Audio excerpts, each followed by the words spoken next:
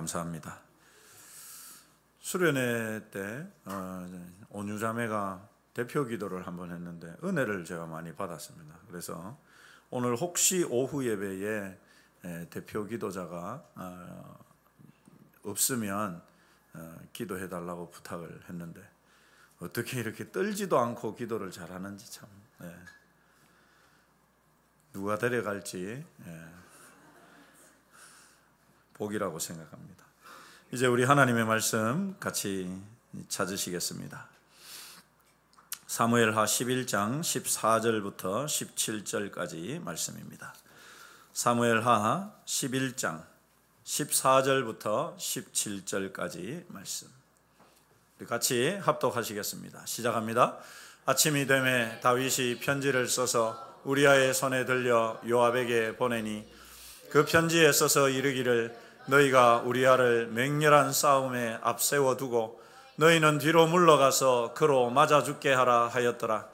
요압이 그 성을 살펴 용사들이 있는 것을 아는 그곳에 우리아를 두니 그 성 사람들이 나와서 요압과 더불어 싸울 때에 다윗의 부하 중 몇 사람이 엎드러지고 햇사람 우리아도 죽으니라. 아멘. 네, 우리는 오전 예배 때 사울을 통해서 한 번의 실수가 인생을 실패로 만드는 경우를 보았습니다. 이 오후에는 그와 반대되는 상황을 우리가 살펴보려고 합니다. 본문에서 우리는 믿음의 영웅 다윗의 비겁하고도 추한 모습을 마주합니다. 여러분, 다윗은 한순간의 정욕을 참지 못하고 충직한 부하였던 우리아의 아내를 겁탈했습니다. 그런데 이 행위도 옳지 못하지만 다윗은 이것보다 더 악한 짓을 저지릅니다. 그리고 그것은 우리아의 아내 밧세바의 임신 소식을 알려오면서부터 시작됩니다. 여러분, 평소에 나쁜 짓을 많이 하는 임금이라면, 나쁜 왕이라면 강제로 이걸 덮고 해결하려고 하겠지만 어찌됐든 다윗은 그동안 신실하게 하나님을 믿어온 사람이었기 때문에 이 소식을 들은 다윗은 당황하지 않을 수 없었습니다. 그래서 다윗은 이것을 덮기 위해서 일을 꾸미기 시작합니다.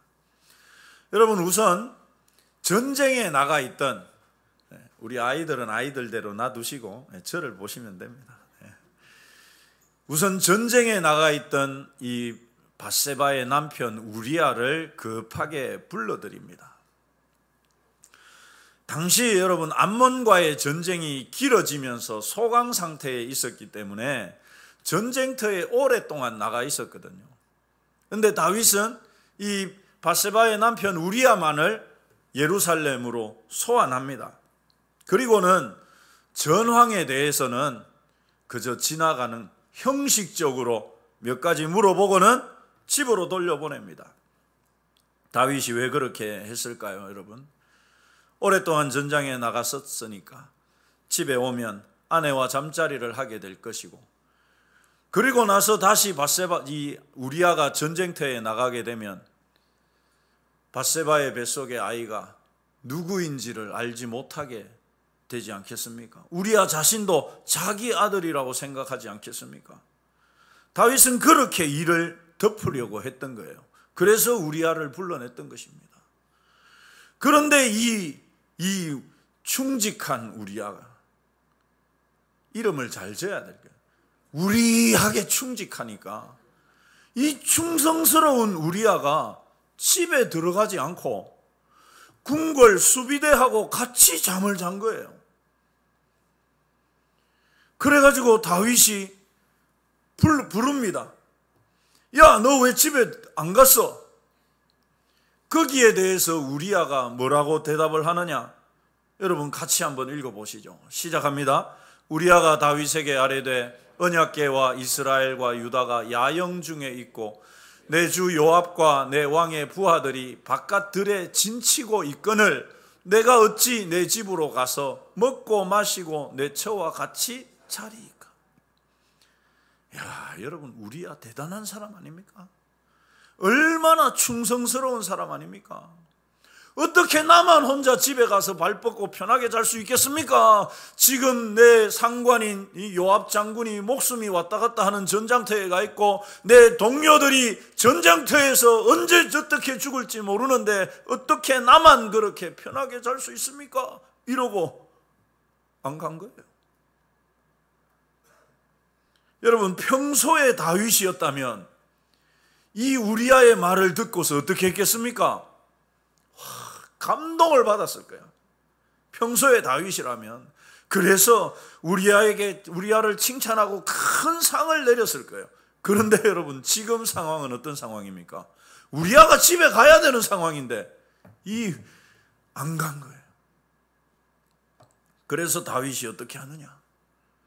그날 저녁에 식사 자리에 불러가지고는 술이 만취하도록 술을 먹입니다. 술 기운에라도 그러면 갈 것이다. 그런데 여러분, 참 이 우리아의 이 충성심이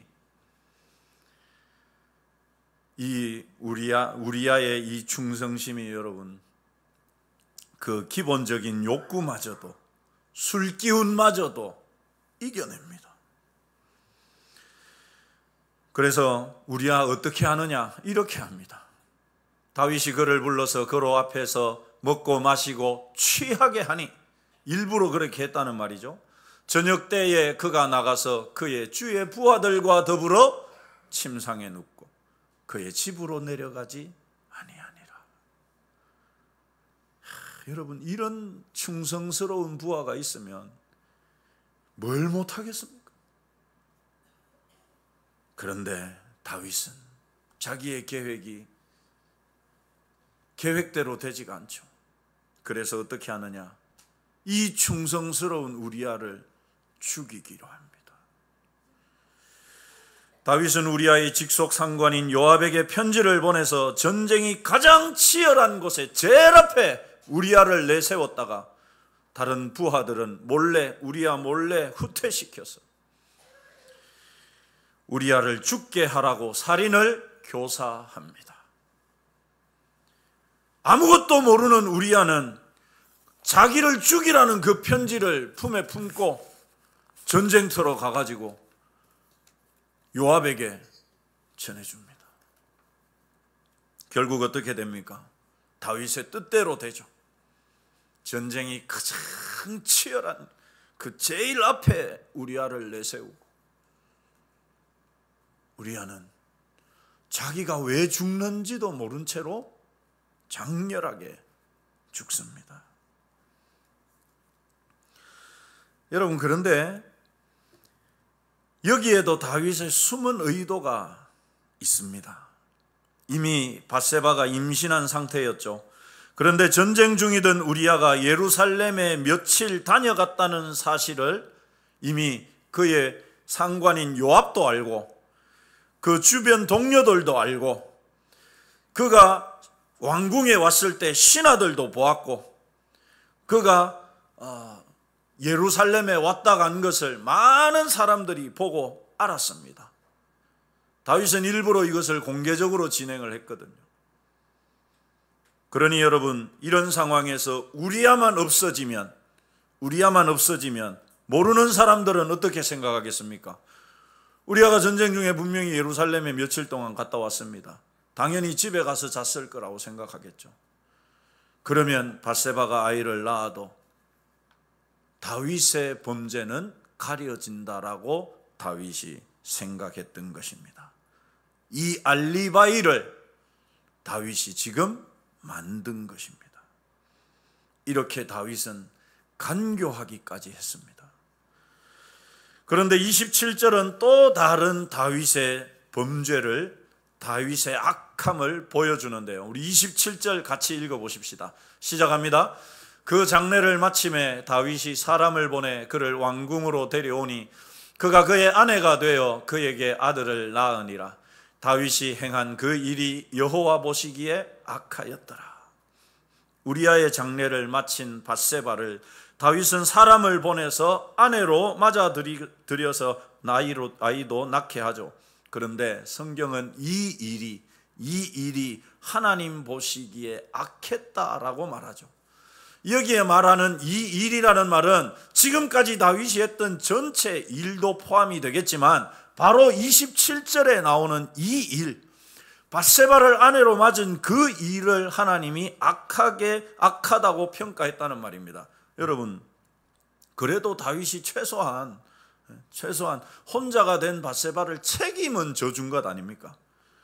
그러면 하나님이 이것을 그나마 그것도 나빴지만 어찌됐든 끝까지 책임져 주는 이 다윗에 대해서 하나님이 칭찬까지는 아니라도 눈 감아 주실 만한데 이 일을 하나님이 악하게 보셨단 말이죠. 여러분, 왜 그랬을까요? 홀로 미망인이 되어서 아들을 낳아서 키워야 하는, 그래도 그녀를 이렇게 왕궁으로 불러서 책임을 져주면 여러분, 그거라도 해야 되지 않겠습니까? 그런데 왜 하나님은 이 일을 악하게 보았을까요?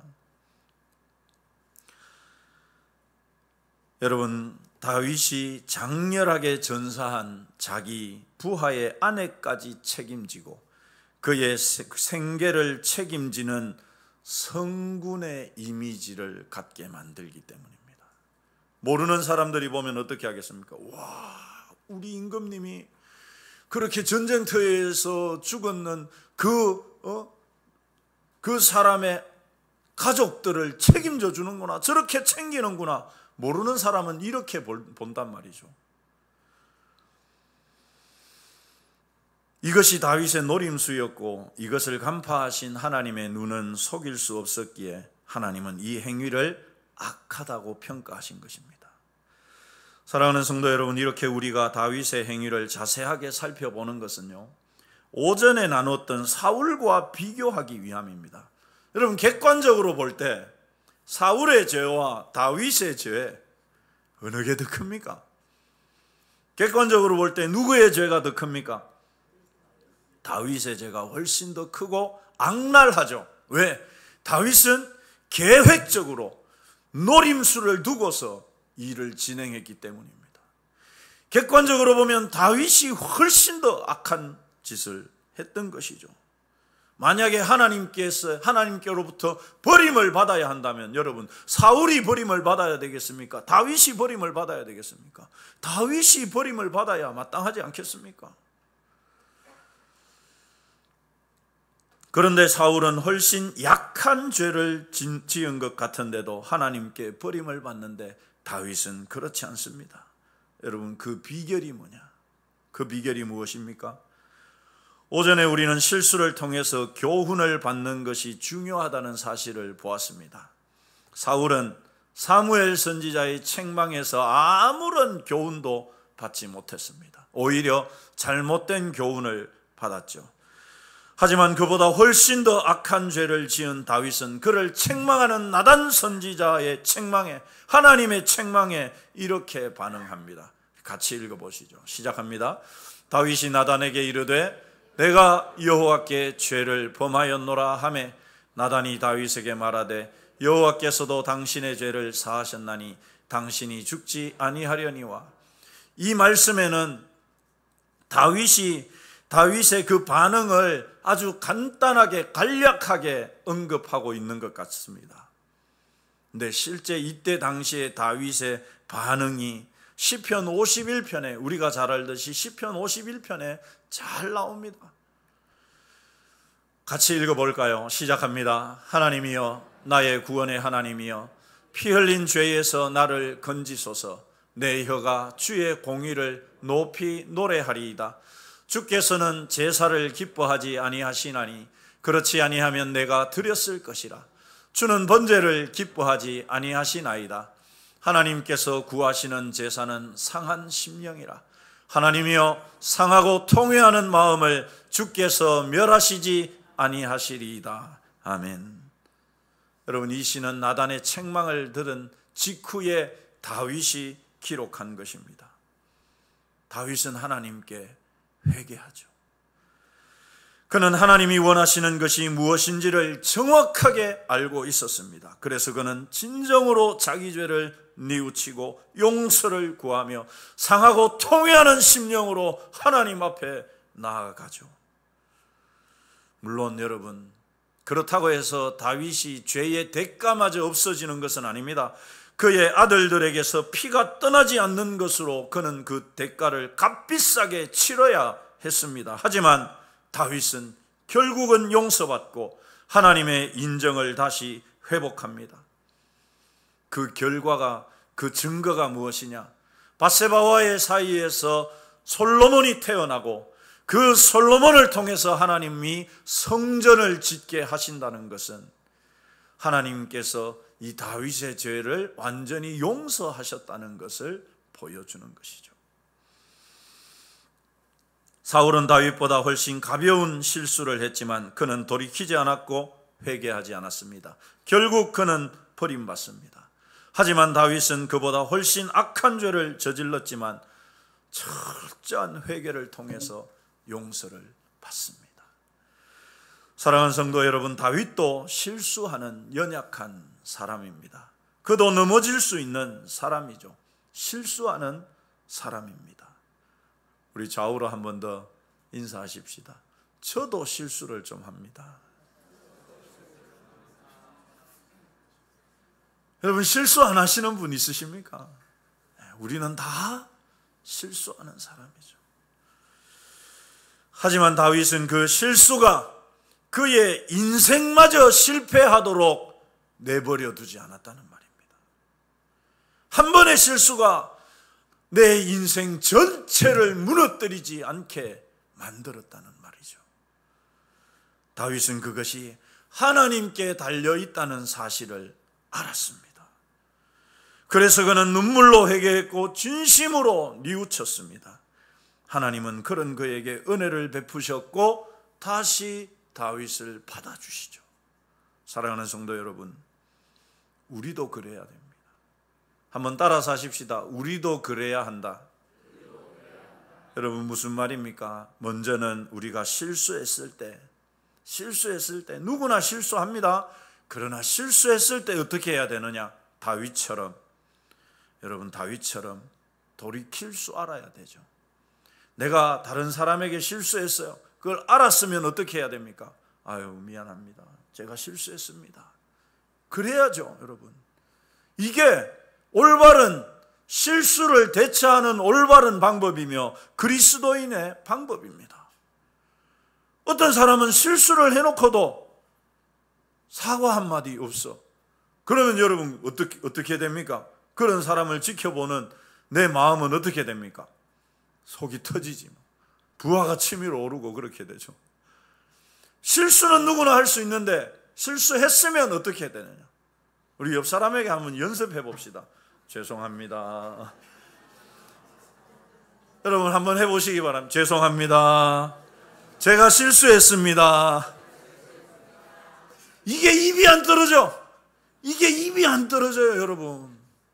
그러면 어떻게 돼요? 관계가 깨어집니다. 하나님도 회개하지 않는 사람을 어떻게 할 수가 없어요. 결국 사울은 어떻게 됩니까? 사울은 버림을 받아요. 실수를 했으면 그 어렵습니까? 돈 듭니까, 여러분? 아유, 죄송합니다. 제가 실수했네요. 그 말 한마디 하는 게, 여러분, 그러면 해결됩니다. 해결됩니다. 죄송합니다. 한 번만 더 하겠습니다. 옆 사람에게 죄송합니다. 제가 실수했습니다.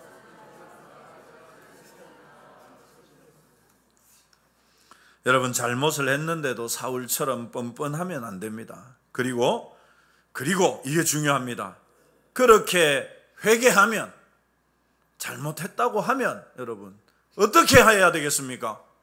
어떻게 해야 되겠습니까? 받아줘야지. 그게 교회예요. 그게 예수님 믿는 사람입니다.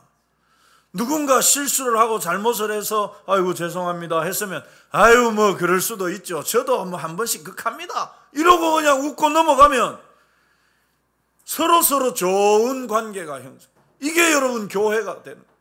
하나님 믿는 사람들의 모습이죠. 그런데 아유 죄송합니다. 제가 실수했네요. 그런 실수하면 되냐고 막 이래 보면 이제 그러면 이제 이게 교회인지 이게 뭐 시장터인지 뭐 이래 되는 거예요, 여러분. 사랑하는 성도 여러분, 우리는 모두 실수가 많은 사람입니다. 그래서 한 번의 실수로 그 사람이 그렇다고 해가지고 여러분 실수를 했는데 그 한 번 실수했다고 해서 그 사람의 인생까지 망치게 해서 되겠습니까? 그 한 번 실수했다고 다시 교회를 떠나가게 만들었어야 여러분 되겠습니까? 교회가 아니죠. 왜요? 하나님도 여러분, 하나님도 우리가 오전에 봤습니다. 하나님은 실수로 사람을 죽인 사람도 어떻게 합니까? 도피성을 만들어 갖고 사람을 살려주는 하나님이에요. 도피성이 어디입니까? 오늘날 교회 아닙니까? 죄 지은 많은 사람들이 교회에 와서 예수님 만나고 거기에서 구원을 얻고 죄 사함을 받고 그것이 여러분 교회지 않습니까? 우리 남일교회가 그런 교회 되기를 축원합니다. 어느 누구라도 품어주고 아유 죄송합니다. 제가 실수했습니다. 그러면 아유 괜찮습니다. 저도 그렇습니다. 네. 이렇게 받아주고 그래서 여러분 그 사람이 그 실수로 인해서 그의 인생마저 그의 신앙마저 실패로 끝나지 않도록 우리 각자는 다윗과 같은 진실된 돌이킴과 회개를 하고 서로에 대해서는 넉넉하게 품어주고 받아주는 하나님 닮은 아름다운 우리 공동체 되기를 주님의 이름으로 축원합니다. 기도하겠습니다. 이 시간 우리 같이 한번 시간이 조금 갔지만 같이 통성으로 한번 기도하십시다. 여러분 들은 말씀 가지고 기도하십시다. 하나님, 누군가 내게 실수했는데 아직도 내가 용서하지 못하고 있는 사람 있습니까? 용서하게 하옵소서. 우리 교회가 그렇게 사람들을 받아주고 품어줄 수 있는 따뜻한 공동체가 되게 해달라고 기도합시다. 더불어서 혹 내가 누군가에게 실수해놔놓고 아직 사과하지 않은 것이 생각나면 여러분 예배가 끝나면 바로 사과할 수 있도록 그래서 우리가 서로가 서로를 아름답게 품어주고 세워가는 우리 그런 공동체 되도록 더불어서 수련회를 마친 우리 중고등부 또 청년부 우리 주일학교 아이들 위해서도 한번 함께 기도해 주십시오. 내년 수련회에는 내년 성경학교에는 지금 인원보다 배가 더 늘어나고 점점 더 늘어나서 부흥하는 그래서 다음 세대를 건강하게 하나님 말씀으로 세워가는 우리 교회 되도록 우리 이 시간에 들은 말씀 가지고 우리 말씀드린 기도 제목 가지고 다 같이 주님 한번 부르고 통성으로 함께 기도하겠습니다. 주여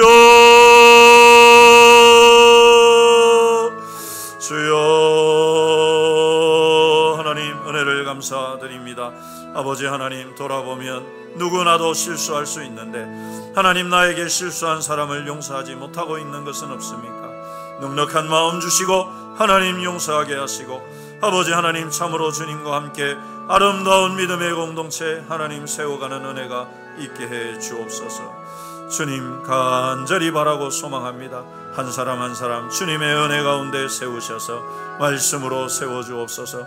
특별히 하나님 우리 주일학교 또 청소년부 청년부 하나님 여름 수련의 은혜 가운데 마치게 해주셔서 감사합니다. 받은 은혜 가지고 하나님 정말 주님을 믿는 담대함을 가지고 하나님 이들의 인생 앞길 주님과 더불어 당당하게 걸어갈 수 있도록 하나님 선하게 인도하여 주옵소서. 주님 복을 주옵소서. 하나님 감사합니다. 정말 우리가 한 번의 실수가 그 사람의 인생까지 무너지게 하지 않도록 주님 우리도 그런 사람이 되게 하시고 누군가 실수하는 사람이 있다면 주님 넉넉한 마음으로 품어줄 수 있도록 하나님 우리가 그런 성도 그런 교회 되게 해 주시옵소서. 어느 누구도 한 번의 실수 때문에 하나님 인생을 망치거나 신앙을 떠나는 일이 없도록 주님 우리가 서로를 아름답게 배려하고 품어주고 이해하고 하나님의 사랑으로 함께 세워가는 아름다운 우리 교회 되게 하여 주옵소서.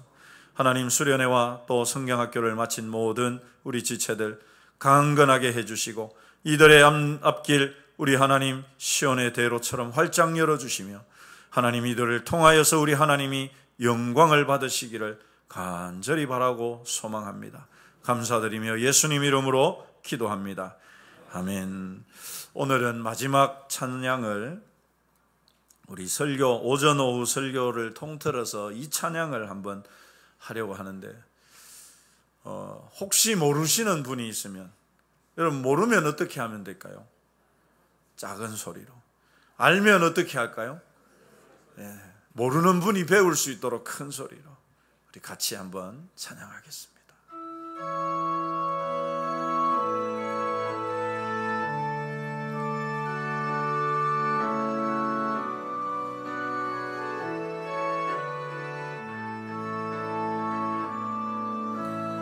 주여 우린 연약합니다. 우린 오늘을 힘겨워합니다.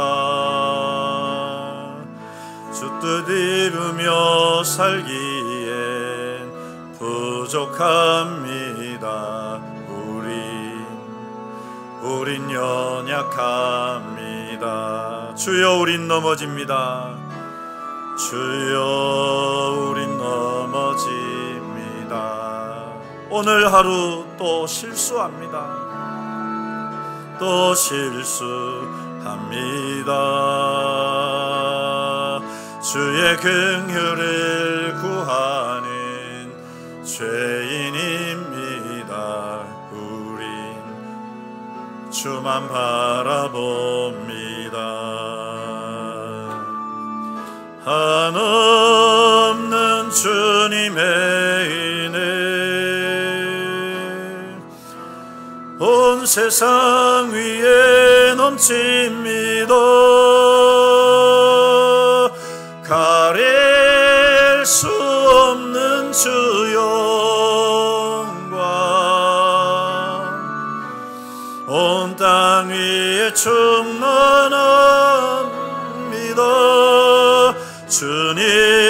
주님만이 길이오니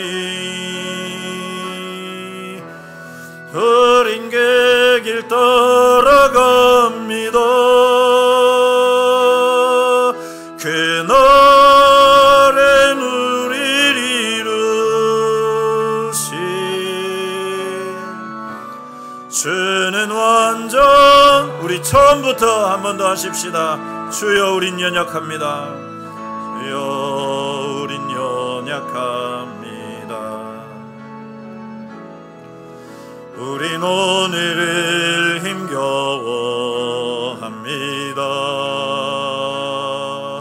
주 뜻 이루며 살기엔 부족합니다.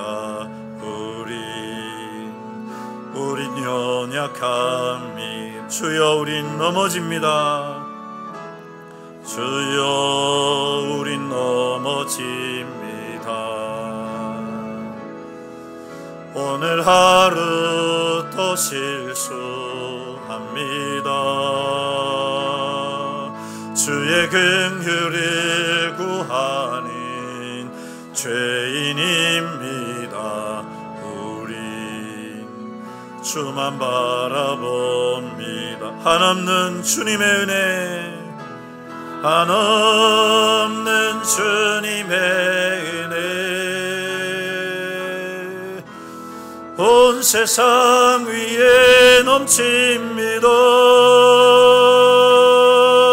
가릴 수 없는 주 영광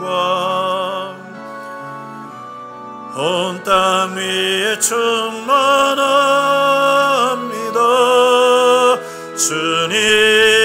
주님만이 길이오니 어린 그 길 따라갑니다. 그날에 우리를 이루신 주는 완전 주님만이 길이오니 주님만이 길이오니 어린 객길 따라갑니다. 그날에 우리를 이루시 주는 완전합니다.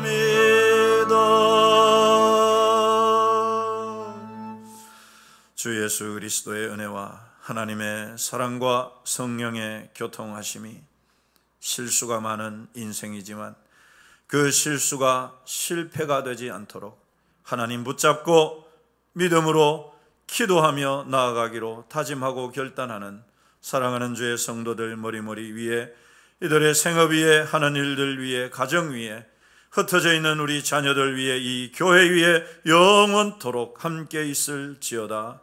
아멘.